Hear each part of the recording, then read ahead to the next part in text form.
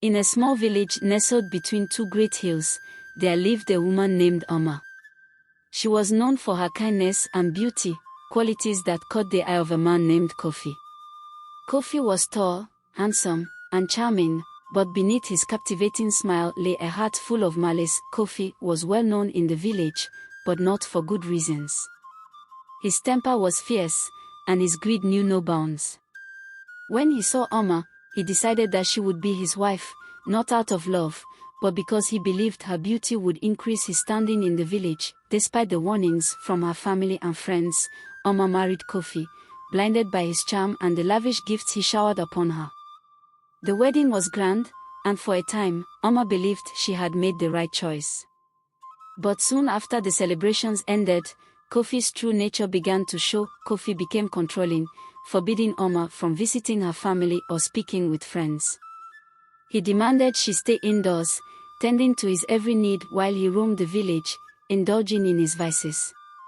When Oma questioned him or hesitated to obey, Kofi's anger would flare up like a wildfire. He would raise his hand against her, leaving bruises that she hid beneath her clothes. The villagers noticed Oma's change.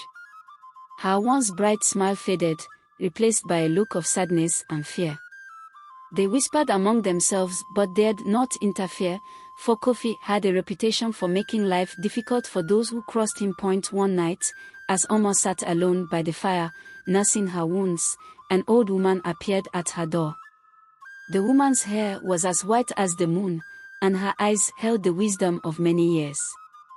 She introduced herself as Nana, a traveler who had heard tales of Oma's plight. "I know what you endure, child," Nana said softly.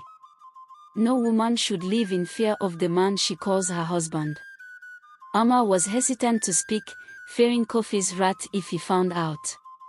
But Nana's presence was comforting, and soon, Oma poured out her heart, telling the old woman of all the pain and suffering she had endured. Nana listened quietly, then reached into her bag, pulling out a small, intricately carved wooden box. She handed it to Oma. "This box contains the key to your freedom," she said. "But be warned, it can only be used once, and its power is great." Oma took the box, unsure of what to do, but thanked Nana. The old woman left as quietly as she had come, leaving Oma to wonder what magic the box contained. The next day, Kofi returned home, his mood as dark as a stormy sky.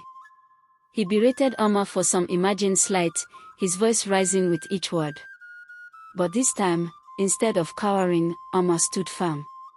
She reached for the box Nana had given her and opened it. A strange wind filled the room, and Kofi's voice faltered. His eyes widened in fear as a shadowy figure emerged from the box, towering over him.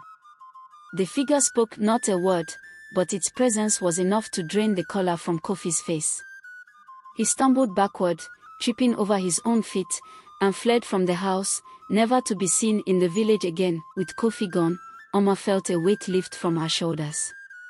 The villagers, seeing the change in her, welcomed her back with open arms. She became a beacon of hope for others, a reminder that even in the darkest times, courage and a little magic could bring about a new dawn.